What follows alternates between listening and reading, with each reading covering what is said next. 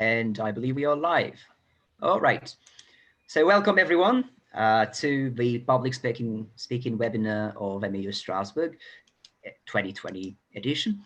Thank you everyone for joining us, and thank you to our 5 guests today, and of course to all the other participants which can join in the live and ask questions too. My name is Remy, and I'm a former participant to MEU Strasbourg 2017, a lobbyist coordinator in the 2019 election, and I worked in the team this year doing some institutional liaison with France. Before we actually start with the webinar itself, I like to give all of our 5 guests the opportunity to introduce themselves, starting with Charles. Charles, if you want to go ahead. So hi everyone, my name is Charles Stevens. I'm a second-year master's student in European Affairs at the Paris Sorbonne University, and I was a participant in the 2019 MEUS as an MEP for the EFDD party, and in my free time I'm also a stand-up comedian. So thanks for having me. Oh, thanks, Charles. Vincent, do you want to go next? Yeah. Hi, so my name is Vincent. I just finished my BA at Leiden University College The Hague, where I majored in international law. I was a lobbyist in the 2018 edition of MEU Strasbourg. So yeah. Then we have Gizem. Hi everyone, my name is Gizem. I'm originally from Turkey, but now residing in Berlin. I was a participant in MEUS 2016 and then an organizer in the next 2 editions. And now I'm writing my master's thesis in social sciences at Humboldt University in Berlin. Maeva? Hi everyone, so my name is Maeva and I'm currently a PhD student in Olomouc in the Czech Republic in history. I took part in many MEU simulations since 2012.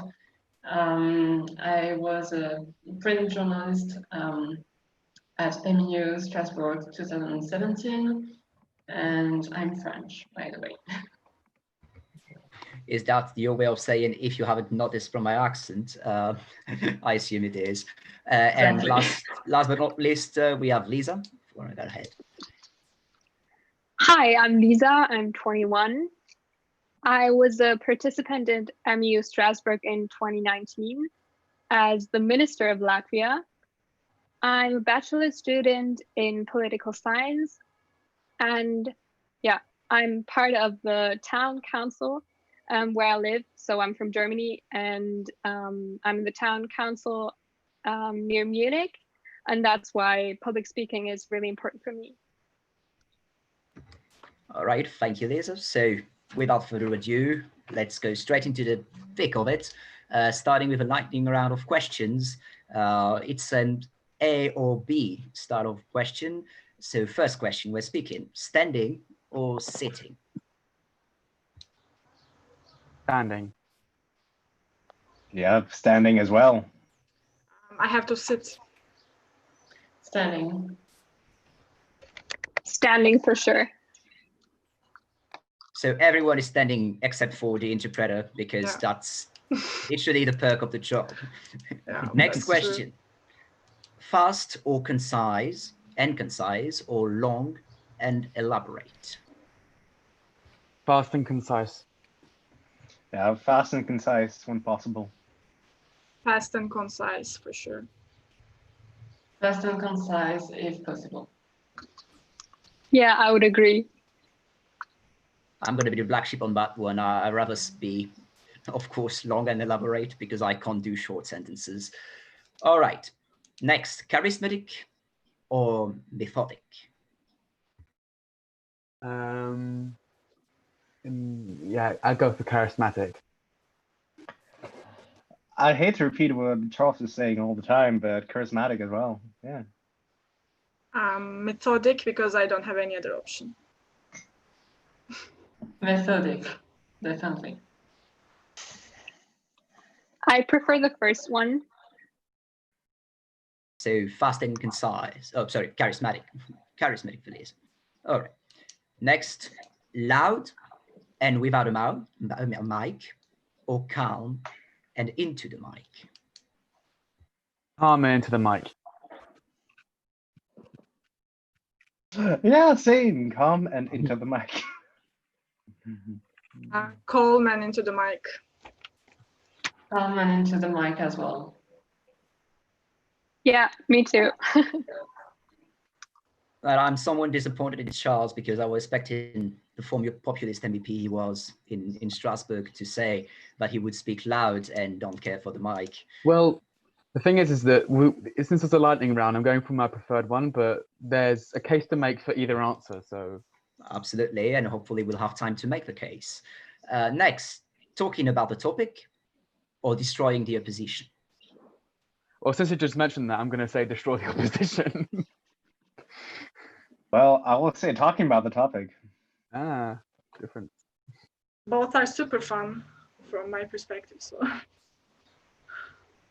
I would go with destroying the opposition, because as a journalist, the opposition is anyone you have in front of you.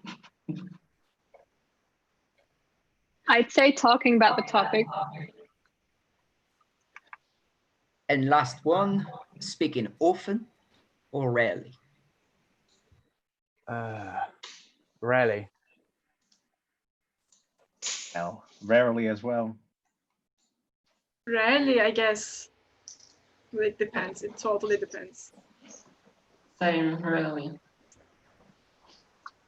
Rarely, otherwise it could be annoying. Well, I think I'll be the black sheep on that one too, because I'm rather speak often, and sometimes you don't have a choice. Sometimes you're literally the only person in your whole political group in the parliament, for example, and you have to carry everyone with you until everyone gets to speed. So sometimes you have to speak often rather than rarely. But speaking rarely, often is good too because it builds stature. All right, let's dive into more in-depth question.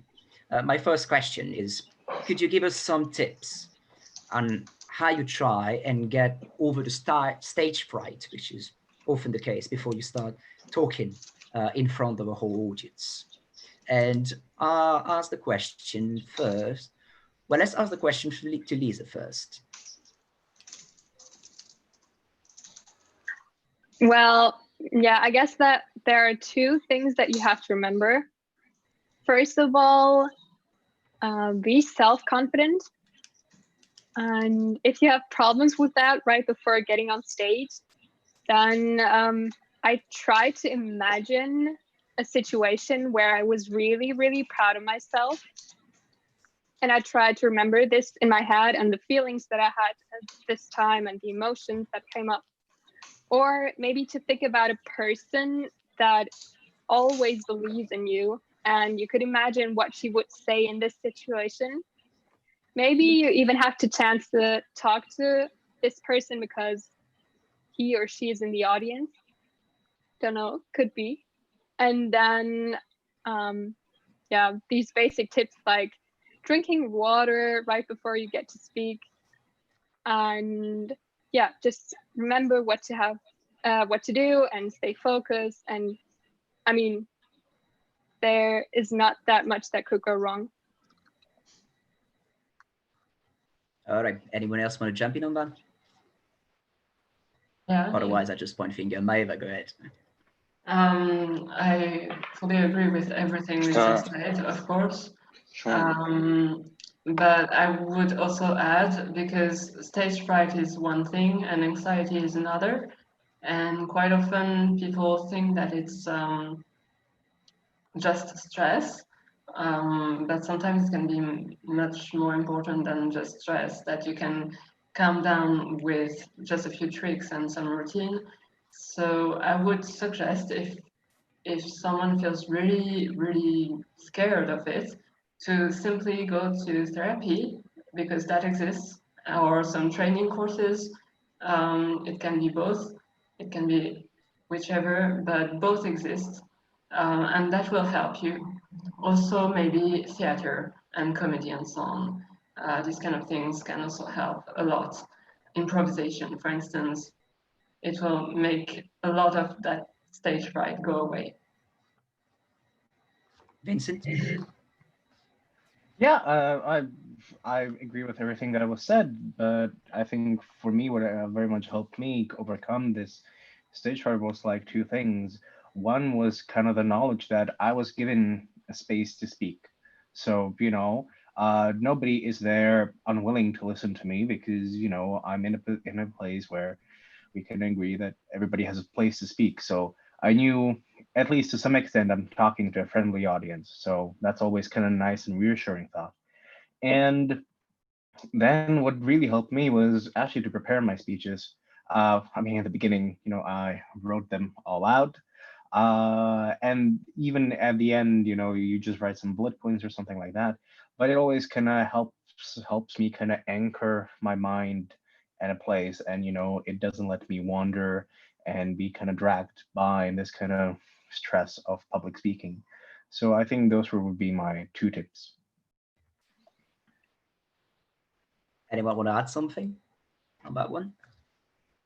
Maybe because being an interpreter is your job is literally to speak, and if you're facing stage fright, I guess you need to do something to overcome it.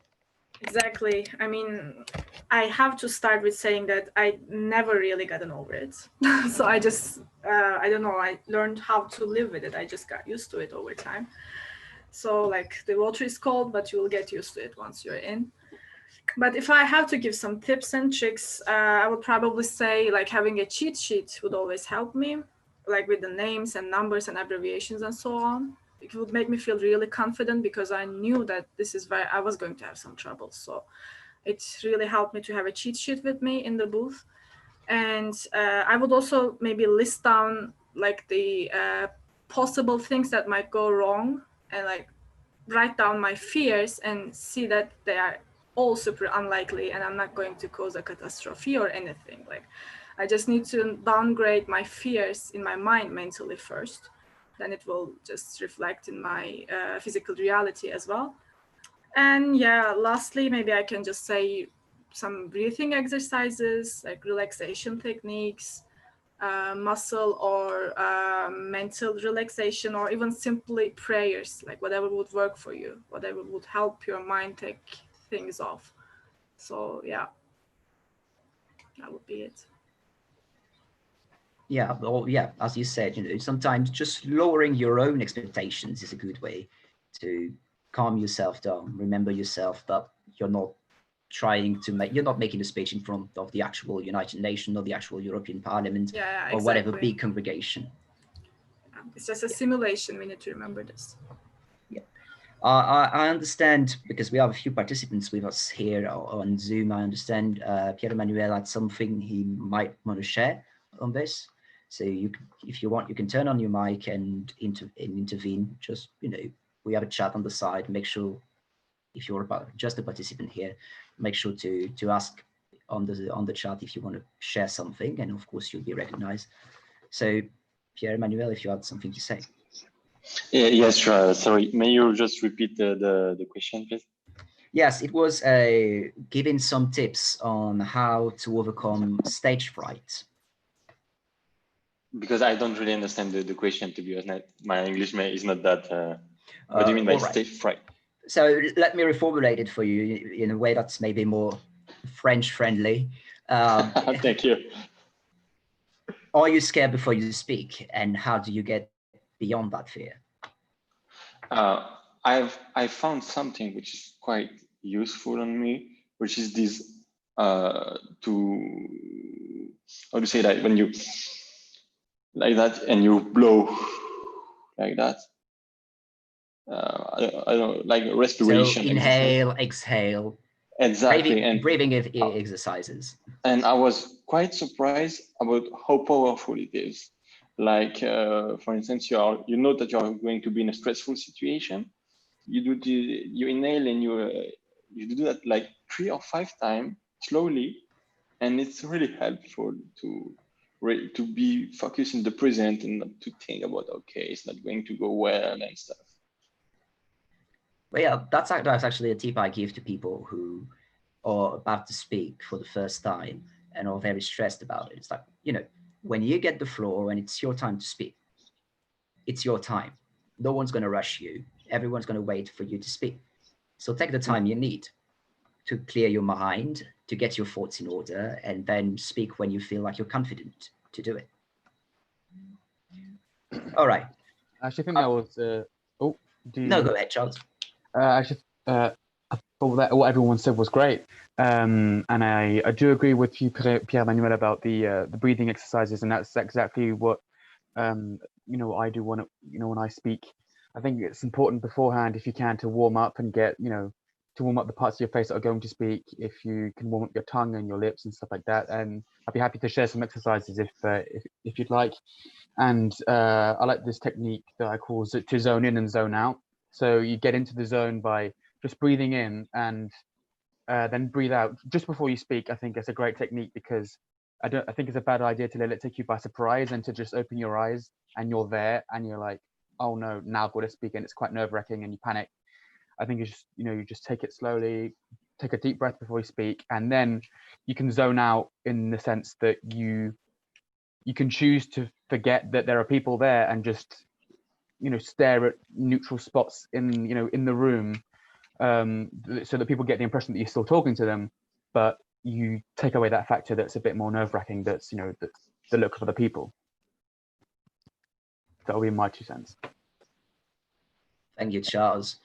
All right, I propose we move along with the next question, and I'd like to direct that one to Gizem, because when you're an interpreter, you see lots of speeches of very different styles. So in your opinion, what makes a good speech? What makes a good public speaker? I think there are 2 answers to this question from my side. I was thinking about it earlier as well. Would you like me to answer it from an interpreter's perspective as a good delivery in terms of interpretation, or like a good speech to be interpreted into the target language?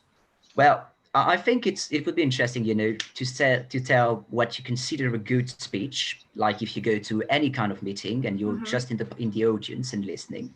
It would also be interesting to tell people what is a good speech from an interpreter's point of view, because you are very different standards for what is good for you. For sure. Okay, so for a good speech to be interpreted, we have this 3C rule. That's calm, confident, and clear. Please take note, everyone. That's super important for us.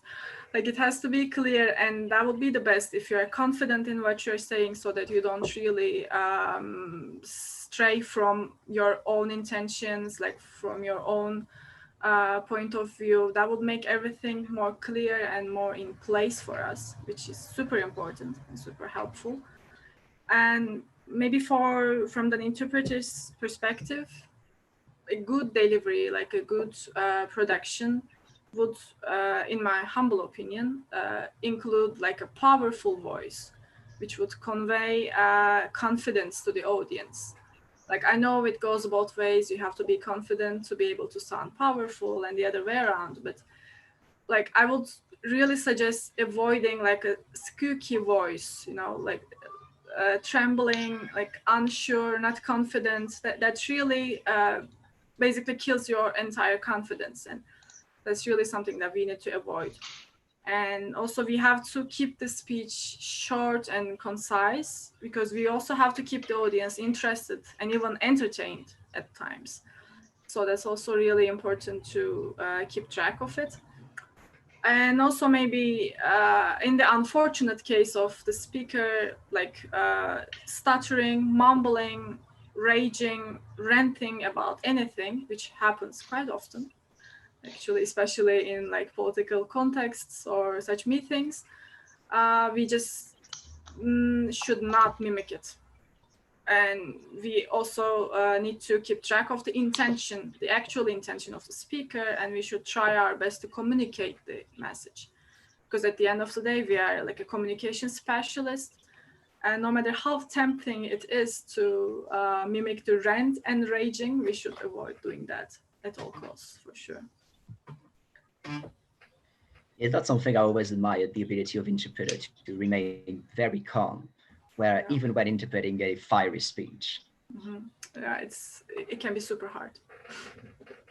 All right. Anyone else want to jump in on that one?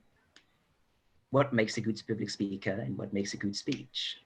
If I may, just add to, honestly, you almost covered everything, so I'll just add one thing that I noticed has been kind of left out most of the time when at least when I witnessed some speeches and so on being given, except when it's very high level speeches, but it's the accessibility of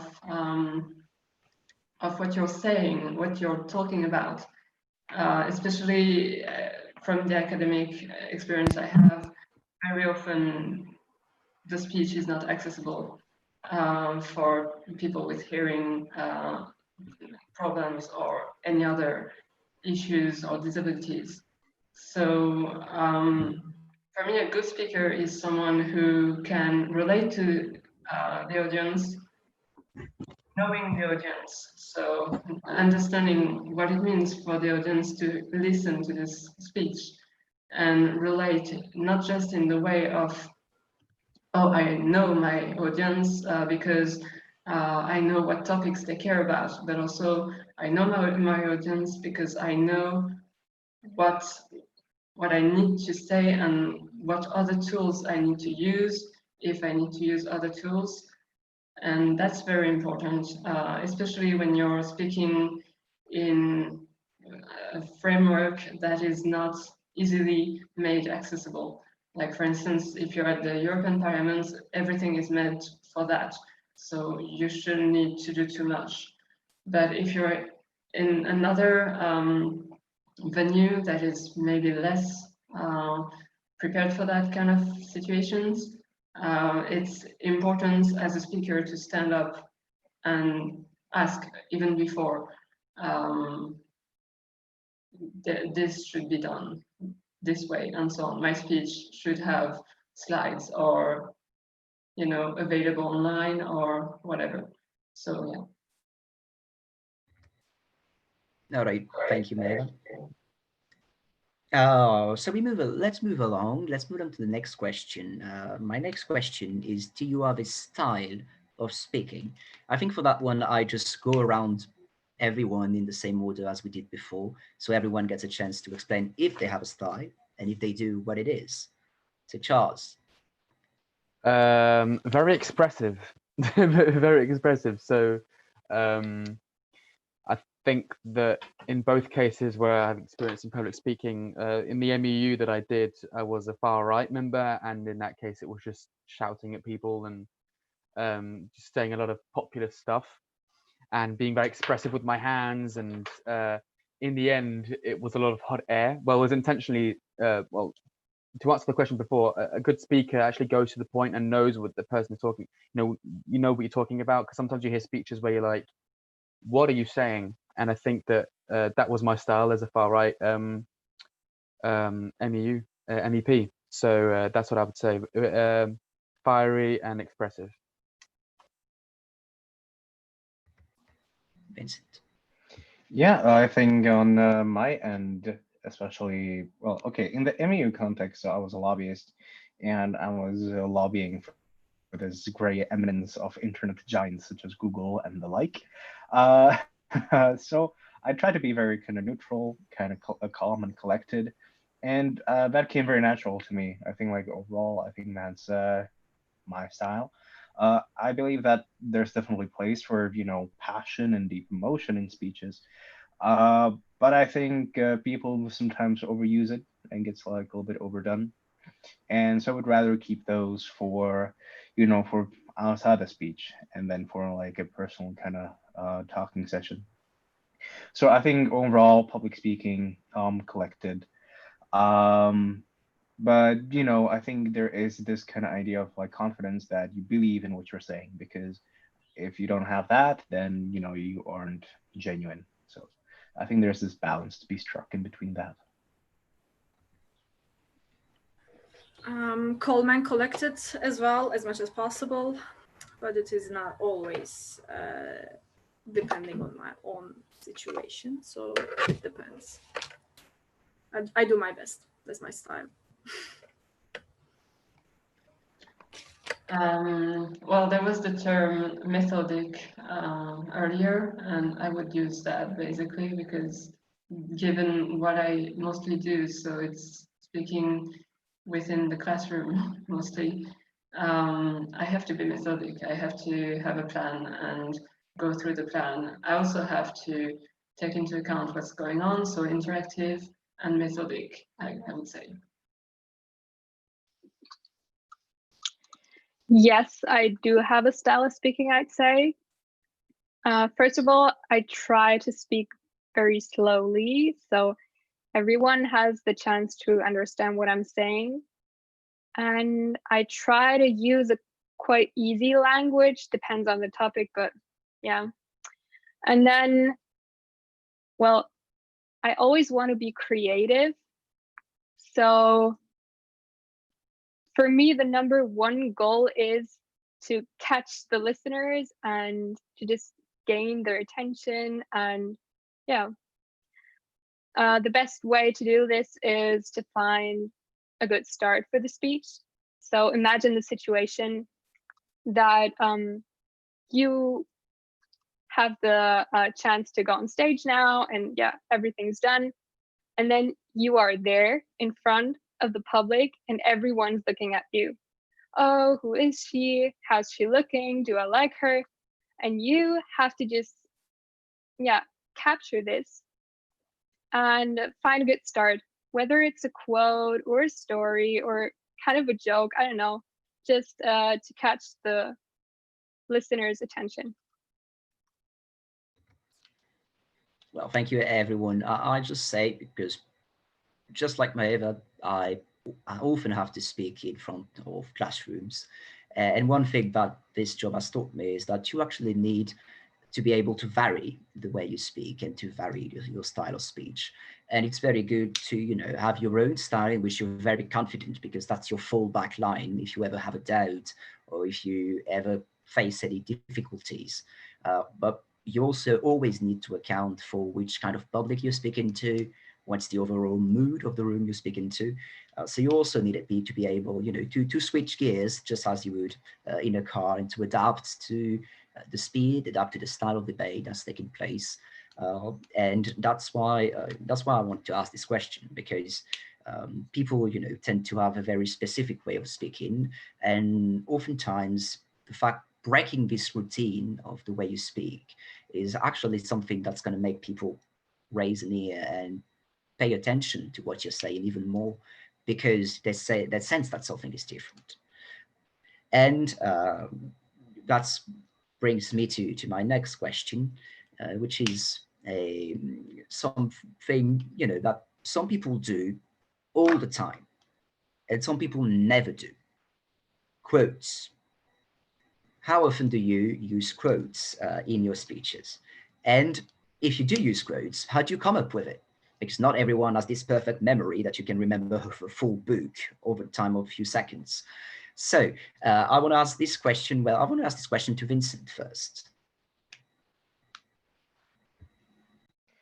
Yeah, I think I do use quotes. I would suppose sometimes, not that often. I think what's very important, or I think even sometimes more important than the quote itself, it's from where is this quote?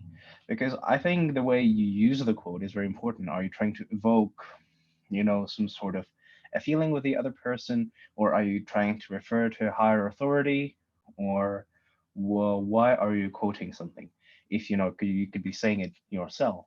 So I think it's very important to kind of know why are you using this quote, and if it's appropriate, then yeah, of course.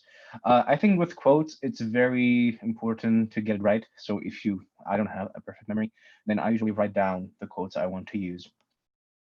And I think it's quite all right to actually say, quote something, something, something, and quote. So yeah. All right. Anyone else want to jump in on that one? If I may, I think that using quotes, usually it comes off as a bit, I don't know, sometimes it can be a bit corny because if you open your speech, like as Thomas Jefferson said, blah de blah, sometimes it can just come up a bit corny like that. But I think it depends on the context as well.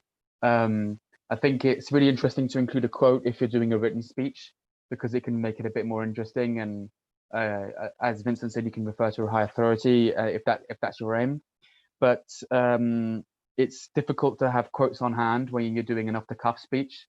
But if you're lucky enough to have a subject where you know a quote and you can actually quote them and make that speech a lot more powerful, then it can be really, really valuable, and it just can be gold for that kind of intervention. Thanks, Charles. I twist the question a bit and turn to the journalist, and like, quotes are literally your whole job. Well, not all your job, but they're an essential part of the journalist's job. So how do you use these quotes? Well, obviously, you have to use lots of them, but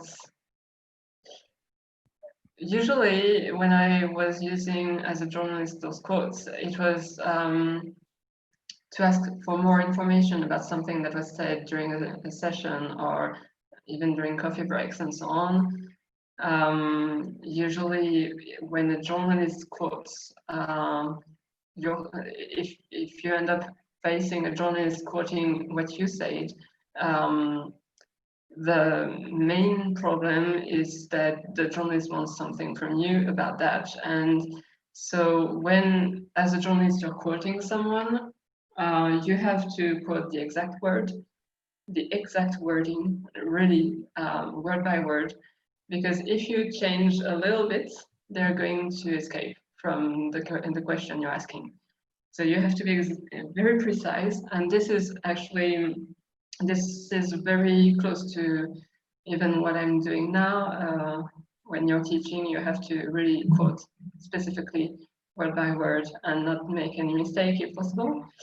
So that's really important. But also as a journalist, you can use the quotes, not so much in the speech per se, but more like, this person quoted that, said that. Could you please elaborate, or could you, what's your opinion on that? And you can basically create some tensions between two MEPs or two ministers or these kind of things.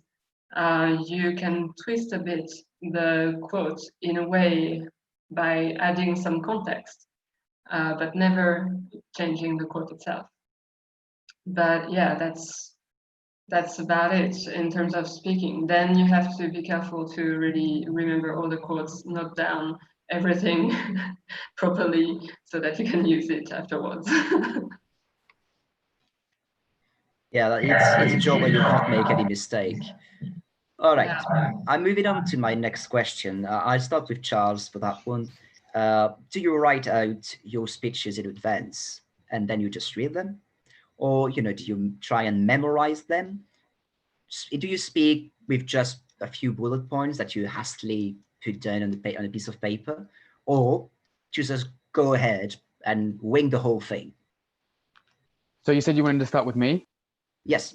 So actually, I don't have a particular option in what you just said that I prefer, but I do have my own way of doing things. Well, I use the same technique to remember speeches as I do to remember jokes, because it's the same thing. You've got a structure, and you've got to remember it. Otherwise, if you miss out a part, it's going to be a bit empty. The best thing to do for me is to write it out. Remember the general subject of what you want to talk about, and the best thing to do is to find the connectors between the different subjects you want to find. So say you're talking about one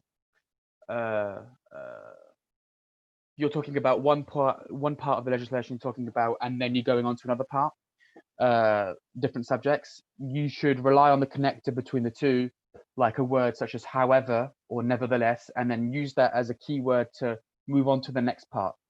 And as long as you get the gist of what you're saying, I think that's a good speech. And I also think it's a bad idea to memorize speeches word by word, because you're going to get panic. You're going to panic if you just forget one word and then it's going to mess up the whole thing. And you can sound a bit robotic as well if you're just reciting something. So that would be how I would go about it. Well, thank you. I'll turn to Gizem because taking notes as an interpreter is a big part of the job too, and it's essential. And I wonder how you deal with the whole thing. Deal with taking notes. At the school, we are taught the basics. Like everyone essentially over time develops their own technique, but we were taught the basics and how most people try to prefer to do theirs. So, but it's like super personal, and there's no really right way to go around it. But yeah, we just develop our own technique over time, and we try to use abbreviations and symbols, and also relying like heavily on our short-term memory. And yeah, that's basically it. I don't know if it answers your question, but that's the way we try to take notes. All right. Yes, Vincent. Well, I don't know. I'm a big proponent of writing out speeches, and I think it's very important. For example, for me in the MU context, as a lobbyist, you have only very few opportunities where you can address either the parliament or the council. Well, council not really. And it was a big moment with lots of weight on it. So I did prepare text then. And also professionally, so I study international law, where you have lots of moot courts and things like that. And there you have to have prepared pleadings and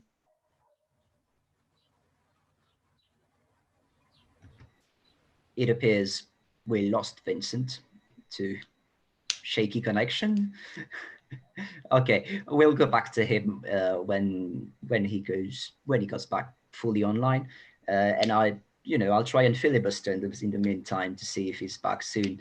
By just saying that for one, I'm a big adept of just using the bullet points because I've seen so many times in so many occasions people with their speech, and they speak like this, and you can see them about as well as you can see me now, and they are shaken, and they stick to the test, and it has this very monotone tone, and you lose so much of the ability of what you are able to convey when you speak if you just cling to your notes.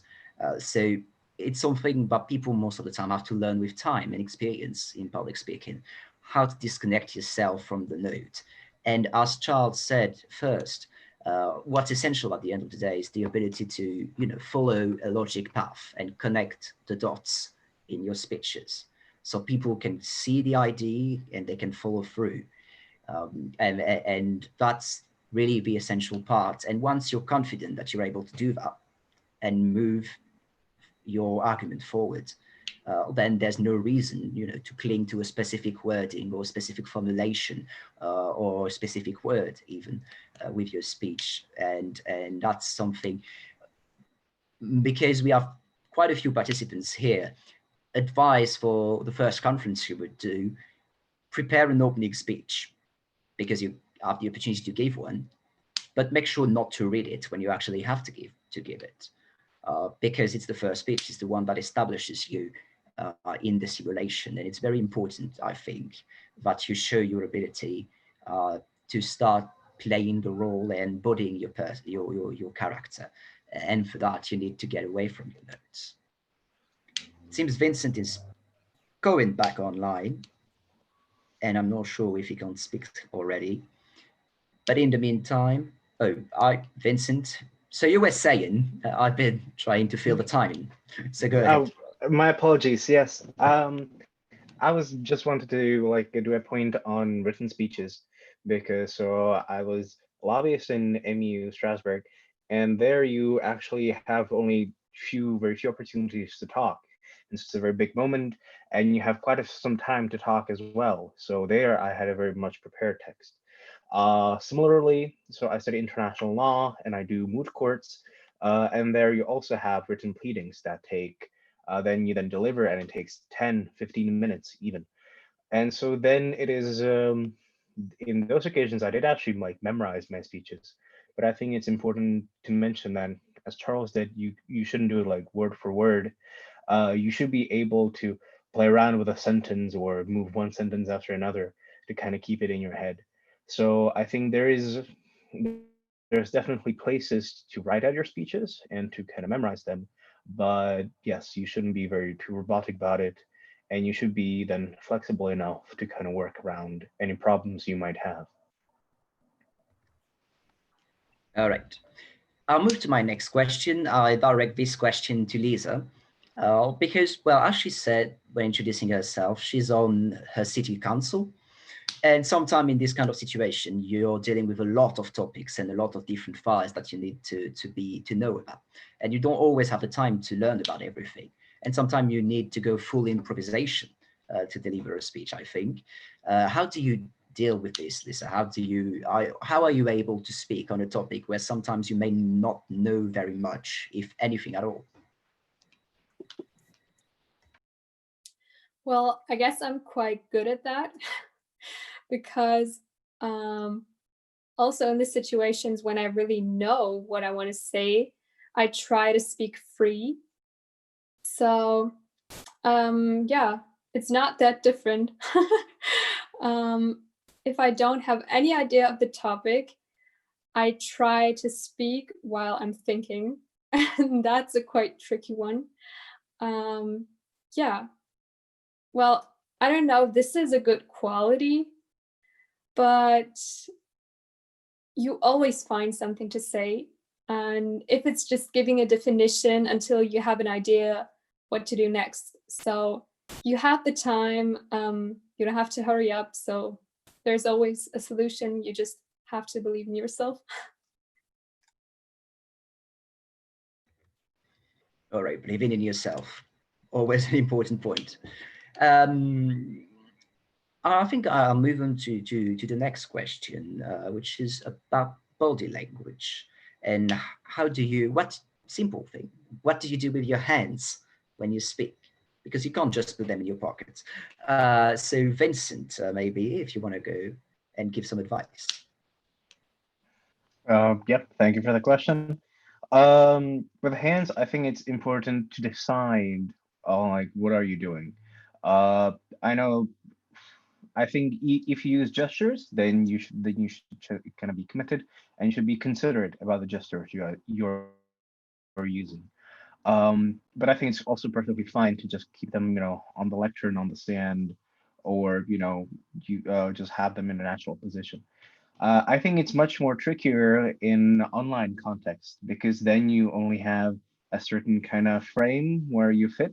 And then it's also sometimes very distracting to kind of see only like half a hand kind of flying around in the bottom of the screen. So there, I think it's much more important to kind of be aware of what can be seen and what you can see, and to then just kind of keep them.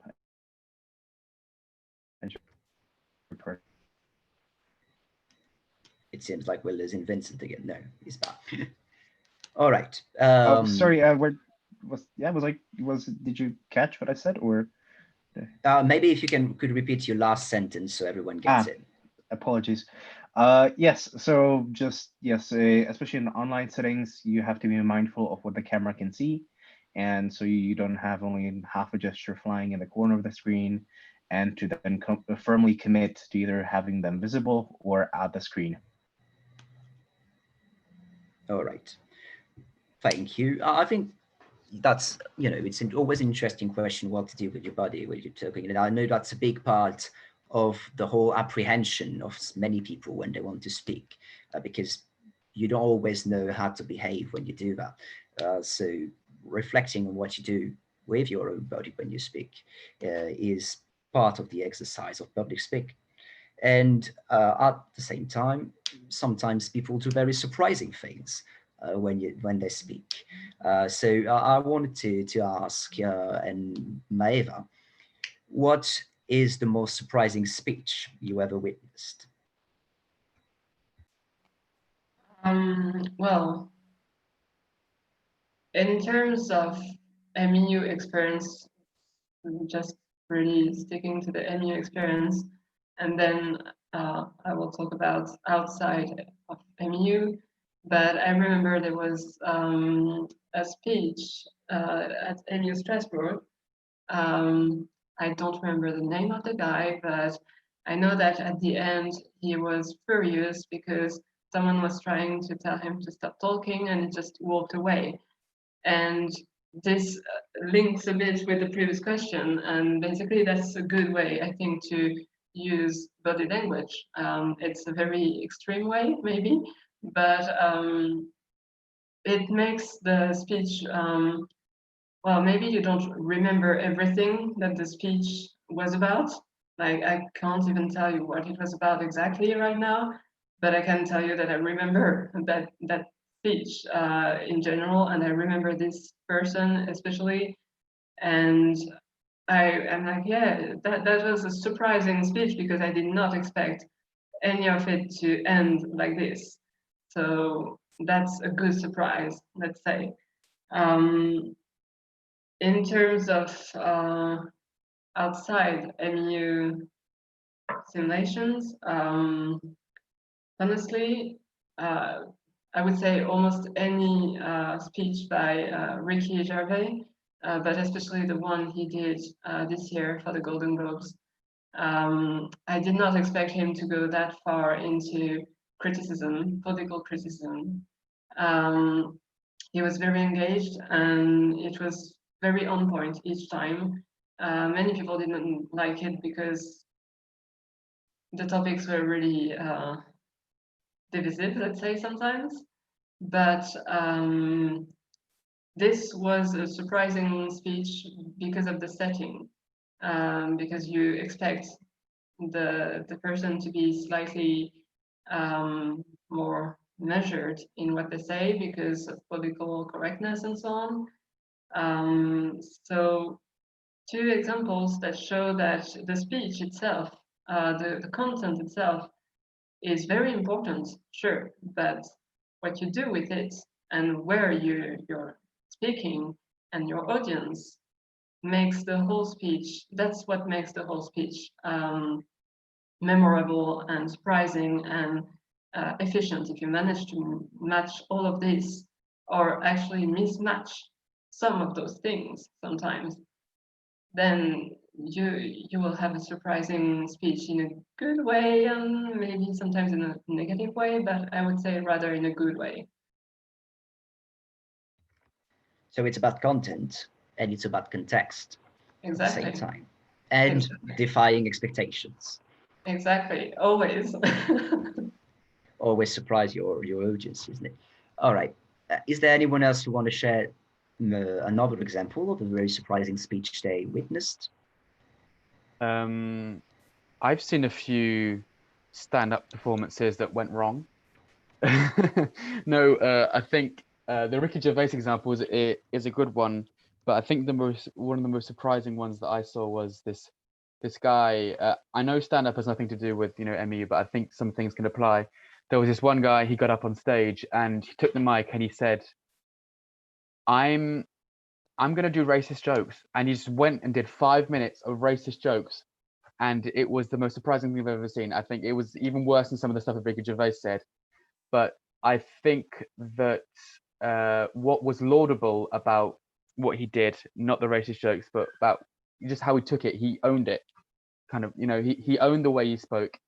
Maybe don't own what he spoke, but maybe, if you're gonna go and be yourself there, then don't be ashamed of it. And if you're not doing anything hugely wrong, like being racist, then you should totally own it and be yourself and go for it. All right. And Gizem, you have something else to share. Yes, not a speech that I delivered, but there's one speech that I witnessed happening with millions of other people. So maybe I can just quickly mention that. So I'm Turkish, and our president, Erdogan, was in Davos for the World Economic Forum, I think in the year 2009, if I'm not mistaken. And so at one point he gets furious, like during the panel, he gets furious over Gaza and Palestine and interrupts the original speaker and also the moderator by saying 1 minute, 1 minute, 1 minute, like multiple times. Like all of a sudden, no one was expecting like such an outburst at that point. And then when he was given the floor, he just complains about not having enough stage time, also responding to some arguments just made. Also at one point he quotes from the Torah, the holy book too. And then he just walks off from the stage and says, I will never come back to Davos again. And he actually never came back to Davos. But from an interpreter's perspective again, after a couple years later, his interpreter at this conference happened to be my professor at the university. So I got the chance to talk to her and like to learn the background of this incident. And that was really valuable for me to learn like what strategies my professor used at the point, like, and what was her own preferences regarding interpreting. And so yeah, that was a very surprising speech that we all witnessed with millions of people. All right, thank you. I'll move on to my next question because we've talked about surprising speech. Let's talk about bad speeches. Everyone's gotten a few. So is there anyone who wants to share what they consider to be their biggest fumble or failure in front of an audience? And most importantly, maybe, how did you come back from this? Once you make a speech and you feel like you failed, how do you fix it? Naila? I can start unless someone wants to start, but I have a very recent example, let's say. Basically, yeah, when I started teaching, I was not sure what I was doing in terms of the content. It was I had written down everything, so that goes back to another question, but I had written down everything I wanted to say word by word. I had read it over and over again. And when I started, I realized that my brain went blank, completely blank, because I had all the content in my head, but the stress was too much. So I started trying to fill in the silence and trying to get back to what I wanted to say. It was kind of a mess, but in the end, the way I went back to what I wanted to say was not actually using the notes, but reminding myself that I had worked on all those topics for hours, if not months, for some of them, actually, because they were topics that I researched and so on. So I reminded myself simply that I knew what I was doing, even though it feels like I don't know what I'm doing. I actually know what I'm doing. I know the topic, and I should just believe in myself. Again, it's the same. It's the same thing. And then when I left the classroom after that, the first thing I did was calling someone who has teaching experience, a lot of teaching experience. And I just started saying, it was a mess, it was awful, it was really the worst thing ever, they must think I'm stupid. And the person answered, well, after 20 years of teaching, I still feel like that every time. I still have this feeling that I could have done better, that it was so bad and so on. And basically realizing that to come back to the classroom afterwards with a good, in a good atmosphere and thinking, yes, I can do it again. And yes, it will not be perfect, but it's just how it is. And nobody's going to kill me for that, and it's fine. And just really understanding that what's at stake is not your life, it's not whatever, even your reputation. No, it's just you're doing your thing, and yes, you can make mistakes. Everyone will make mistakes, and maybe sometimes you don't see them. You look at, I don't know, Merkel, and you're like, yeah, she's so great at giving speeches. Yes, but how many years of experience does she have? And she did make mistakes before, and she's still making mistakes to this day. So keep in mind, that's my advice about that. Keep in mind that nobody's perfect and everyone makes mistakes, and you should really, yeah, trust yourselves sometimes. All right, I'll turn to Lisa, which once again I'll single out as the only one here who's actually an elected official and kind of makes a living out of speeches, because people expect their politicians, let's call you a politician, to be perfect sometime, maybe even too perfect, and you may feel like you don't have even the opportunity to make mistakes. So how do you cope with that? And have you ever felt like you made a mistake in a speech? Yeah, I made a mistake. It was not only my fault. First of all, I'm blind. That's maybe good to know for the story. And one situation, for example, I was part of a discussion and the moderator didn't know me. And I was raising my hand and he just said, okay, next one, I don't know, something like the girl on the left. And I was like, okay, well, that's probably me. And I started speaking and everyone was looking at me like, okay, what is she doing there? And then I just started to have kind of panic. And then the next thing for me to do was just spontaneously saying, okay, well, hi. Now that's the best way for you to notice that I'm blind. Everyone was laughing and then I just still got the floor. And that was quite a crazy experience and I still like to talk about it.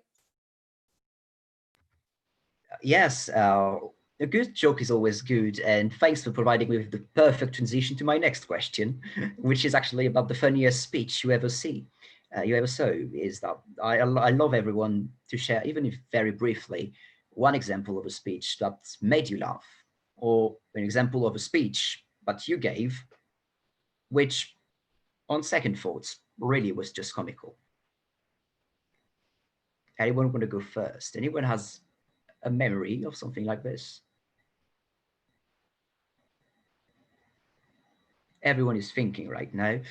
So I'll probably just share mine, and I'm gonna blame. It's a speech I actually never got to witness because I was not in Strasbourg in 2018. But I've heard several times Reese told the story of how in his first speech as group president, the living image of his political group, he started speaking on the wrong topic and went on and on for basically all of his speaking time talking about it. And I think, this is the kind of funny situations that you may find yourself in. And on the moment, it may be embarrassing or just pure frightening for you. But on second thought, it's always, I think he still thinks of that time as a good laugh that he had. And at the end of the day, even that made him identified and recognized by all the other participants. And well, he's that guy. He's the one who made the mistake, and he's the one who make us all laugh. So that's it for my story. And is there anyone who has another example? I mean, we heard Lisa's example, and I think it was, a funny one and a good use of a joke and to lighten the mood of the room. I have a kind of a similar story actually. Also from MEUS 2016. I think I'm the only one from this edition here.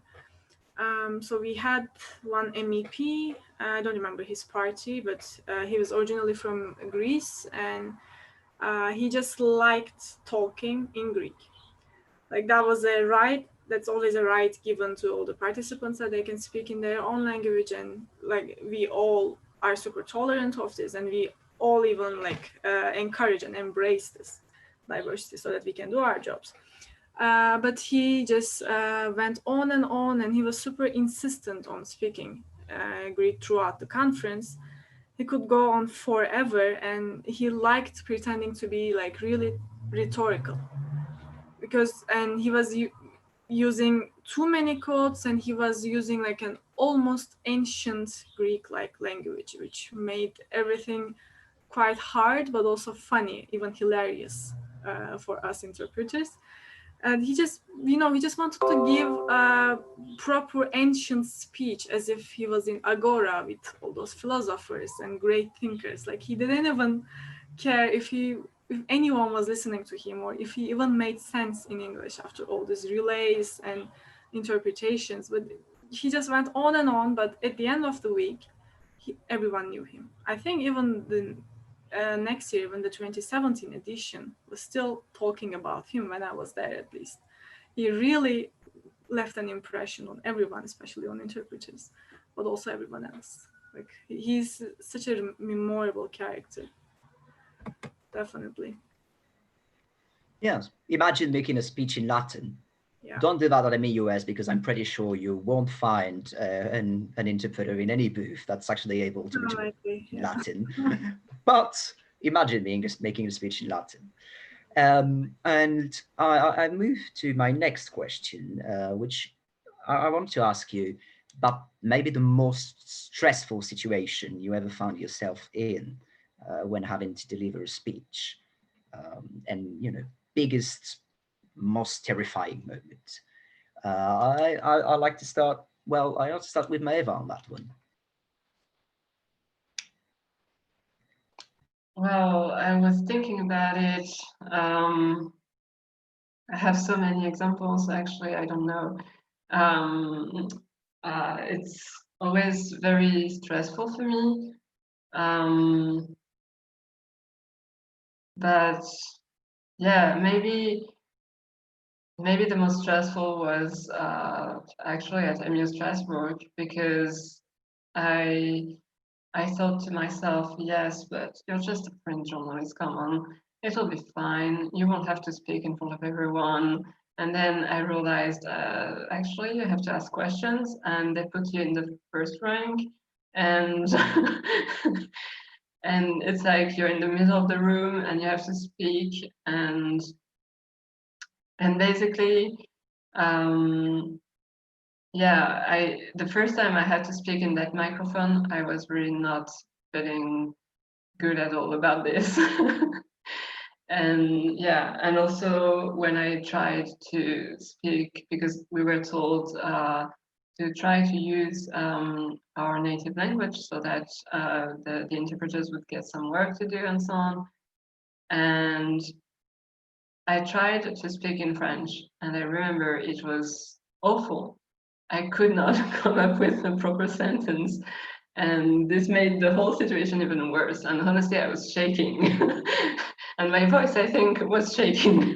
So yeah, that would be it. But yeah, so many stories, but yeah. Yes, I see Vincent. Yeah, I have a very terrifying story. It goes a little bit before I joined the Emmy world, so I did MUN before then, and I was on a very big MUN conference in The Hague, and it was like the very ending kind of closing assembly, and I had to talk in front of, I think, like 700 something people, 700, 800, and back then I was like 16. And I was just terrified, like almost to death. And so I was like hiding literally behind the lectern, like my leg was shaking up and down, like, oh, it was insane. But I slowly got through it, but it was very kind of stressful. But at least like since then, I was thinking, well, at least it isn't that many people like back then. So it kind of gave me a nice point of reference. And calms me down now when I think about it. All right. Talking about frightening situations. At the beginning of this webinar, we had a discussion of overcoming stage fright, and it seems I missed a question from one of our participants connected here. So apparently Claudia has a tip that she would like to share. So by all means, feel free to turn your mic on and go ahead.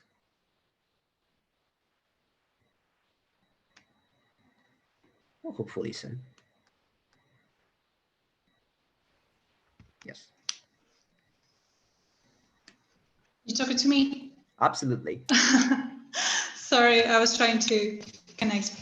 Can you listen to me? Yes, we can hear you. Okay, good. So yeah, I just wanted to share a quick tip to overcome stage fright, and we have already talked about being afraid of the audience, because I think that for example, someone who's speaking in public for the first time, the audience is always a big issue.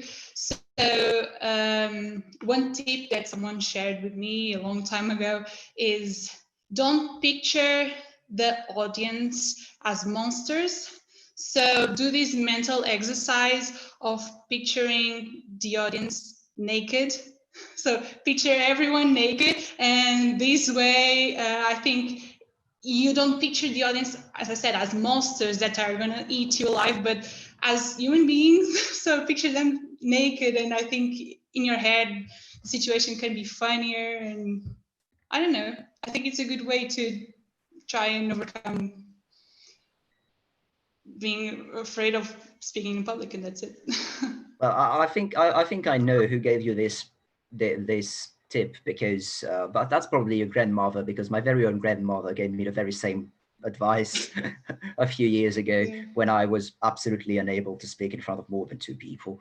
I don't know how effective it is. To be fair, I haven't used it that much, but yeah, I can see how. Honestly, I think it's honestly, I think it's the last thing that comes to my mind when I'm speaking in public, or maybe just doing a school presentation or something. But yeah, it's a tip that someone shared with me, and maybe it works or not. Well, I do my best to not try it anytime soon. No, if only because of the work I do. Next, I move to the next question, and we're moving. We have a big discussion about general ideas that are linked to public speaking. But of course, since for the last few months, we've seen that nothing is general and actually real feels like real life anymore. And the COVID-19 crisis have affected everyone. So I wanted to ask if anyone has actually used their public speaking skill online because of this pandemic, and how did that went? And yes, I see Maeva. Yes, so obviously in middle of March, here we went online. This means that basically mid-semester, we went online without any warning, like many other universities, schools, etc. So the great thing about that was that here we were lucky to have an actual online, like the IT part was really well handled, which is not the case everywhere. So I was lucky for that. But I had to still switch online over just a few days, having to handle things on my own regarding, well, flights being cancelled and so on. So it was a bit chaotic. And that's why I ended up trying 3 different things online. So the first one was recording myself over a PowerPoint presentation, because I could not provide at this point a full online lecture. We didn't know how the students were doing, where they were, if they were going back home right away. We didn't know how it was going. So we preferred doing it like this so that they could access the content whenever they wanted. This was taking me so much time, honestly. It took twice what it usually takes to prepare a lecture. And obviously, I had only my voice. I couldn't move my hands, I couldn't smile, I couldn't even see who was looking at the presentation. I couldn't not have any interaction. So this was really the most difficult part for me, not having any interaction, not even a chat or like a written chat or whatever. I was completely disconnected from the audience I was talking to. So what I did for that was, when I was speaking, I was trying to remember, I was picturing in my head the classroom where we were, and I was imagining the students. And I knew, because I had seen them for already a few weeks, so I knew that, oh, maybe this one will react like this to that, maybe this one will react to another thing, and so on. And I was trying to basically make some jokes as I used to. I was also moving my hands like this in front of the screen, even though nobody was seeing me, obviously. But yeah, I was trying to basically imagine that I was in a classroom, even standing in front of my screen, which is stupid maybe, but this way I had a better voice, I think. And this way I was really trying to engage with what I was saying. Um, the other two options were Zoom, and well, as we're seeing now, it's the difficulty is that sometimes we don't have the chance to see how people react and so on. But it's more interactive. You have the chat, you have video possible, reactions as well. So that was easier for me. But yeah, the first experience was really tough, and I really had to picture everything in my head, imagine everything as if I was in the classroom.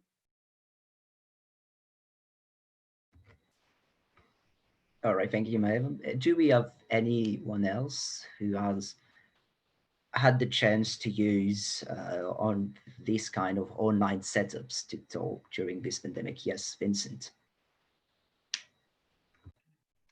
So I was finishing my studies this year, and so I actually had several moot courts and things that I had to submit now during the pandemic. So that meant doing a lot of speeches, a lot of things online via Zoom or some other program. And exactly how Maeva kind of said, I also opted for standing up. I cleared one of the shelves in my bookshelf so I could put my laptop there so I could be standing and I could be talking. The camera could see me at a better angle. And I just had to kind of go through it, and I had to practice. And suddenly you don't practice with a mirror. You record yourself and you kind of look at it. So I found that actually to be a little bit handy. But yeah, no, I mean, most of the same principles kind of applied. But for example, also I had to keep in mind, the chance of being disconnected, or you can't talk as quickly when you're online because the connection isn't sometimes as stable, and some words might be, might disappear. So there are all these little considerations you have to kind of put into it. But yeah, I think it is possible to adapt. All right, thank you. I have one last question before we wrap this up, and it's actually a question coming from the audience on YouTube. I mentioned this earlier, and obviously he has the same fond memory of the speech as the one he conveyed to me, because he's asking, have any of you completely lost your train of thought during a speech before? And if so, how did you manage to get back on track? And do you have any advice for such situations? Anyone want to go first on that one? Otherwise, I'll randomly point at Maeva because she was laughing way too hard at this question. So I feel like there's experience behind it. Yeah, I mean, I always lose track of my thoughts. I probably did it a couple of times even tonight. So what I try to do each time is honestly just try to refocus somehow, because especially online, I realized that the problem was that it's not real in a way. It's not happening in front of your eyes physically. So you end up logging out and logging out. Your brain is focusing on what's happening for real. So that's basically, I try to limit as much as possible the risk of any interruption and so on.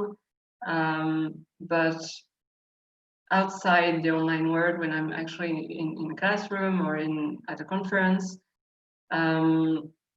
that's basically why I have notes most of the time. I always have very few notes. I tried, as I said, I tried writing down everything and so on, but it didn't work.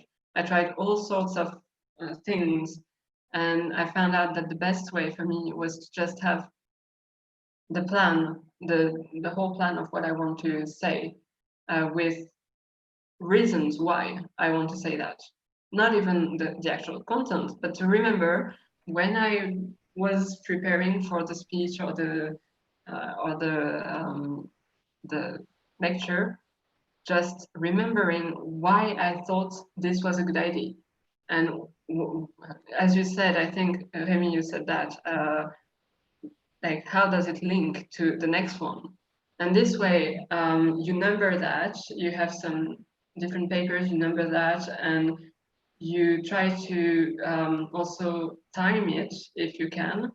And this way, you know that around half of your speech, you should be talking about that because of that. And it's written. So you get back to what you were saying easily like that. Because otherwise, I don't know, I would just be like, okay, well, let's switch topic. All right, thank you, Maeva. I want to turn to Lisa on that one because, as you said before, Lisa, you sometimes improvise and wing it on the spot, and you sometimes have to face issues which you're not necessarily an expert of. And as you also said, you are blind, which may be an additional problem because, unlike Maeva, you can't just quickly look at the note that you worked out on the small corner of a piece of paper. So it may be even more difficult to clean back your thoughts together. Have you ever been in such a situation when you lost your track of thoughts and have to, bring it back together? Honestly, no, not really. That's real But professionalism for you. I wouldn't say that. It sounds so, well, I don't know. No, not really. I'm not a professional at all. But I try to be one in some years, maybe. No, maybe I was just lucky to not having been in such a situation. What I can say, it depends. For me, it depends on the atmosphere. If I'm chilled, if I know the people around me, then it's fine. But if it's totally new, I don't know anything here, then it gets kind of stressful. If you have a time limit, then as well as in Strasbourg, you have like 2 minutes. Oh my God, you have to say everything you know. That's going to be quite stressful. All right, thank you. Unless there's any more comments on this last question, I will. Oh yes, I see Mika. I see Vincent. Go ahead. Yeah, no, like what Lisa just now said reminded me, like of this kind of like difference in approach. So, like sometimes it happens to me as well that I just kind of blank and I forget. But totally, if it's like in a classroom setting, I don't know, I'm not on the teacher side, but giving presentations or something like that, I think it's totally fine to just kind of admit, oh, damn, I kind of, I forgot where I was going with this, or I lost my train of thought. Everybody laughs a little bit, and then it might come back to you at a later point. But as if you're on a timer or in an unfamiliar situation, and yeah, it is very important to have the notes. And if you don't have the notes, then my only suggestion, I actually did this once. I was, explaining something, and then I wanted to get somewhere, and I forgot where I was going. So I was like, "Well, it bears repeating. We have to go back to it again." And I repeat, and then I like said it out again, and then it kind of clicked, and then I knew where I was going. So I guess that might be a little like handy dandy trick for that. Well, yes, I did once conclude a speech by saying, I don't remember what my original point was, but I'm pretty sure it was a good one, and you should follow my advice. Because, sometimes it's better to be frank. Am I allowed to add something? Absolutely. Okay, Remy, you said that I seem to be an expert and I didn't agree. I thought about this sentence and I came to the conclusion, maybe I sometimes feel like I get really comfortable in public speaking because it's really important for me to have a feedback. So after a speech, if I know the audience quite well, I just really ask them, did you like it? What could I do better next time? Is there something that you just wanted to say to me right after the speech? And I really, yeah, also like to hear some criticism because it helps a lot.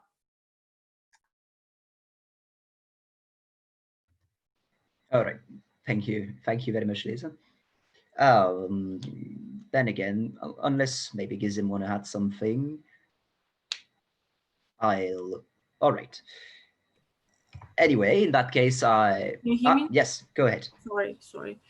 I was honestly just in for the answers. Like, this is something that I also struggle a lot in my both professional and personal life. So I was just quite excited to hear your tips and comments. And I don't think there's anything left that I can add from my own side. And thank you all. Like, that was very helpful to hear all your experiences. Well, thank you, Gizem. Thank you, all of you, Vincent, Lisa, Maeva, and Charlie, who have to leave a bit earlier. Thank you, everyone, for being here, for attending, and of course, thank you to all the participants watching us on YouTube or joining in this conversation by joining in the Zoom chat. I want to, conclude all this webinar by reminding, I think, everyone of one of the first things we said, which may be the most important lesson when it comes to public speaking. At the end of the day, you shouldn't care. You should always go ahead, say what you have to say. Remember that no one is going, people are going to judge you. People always judge the others.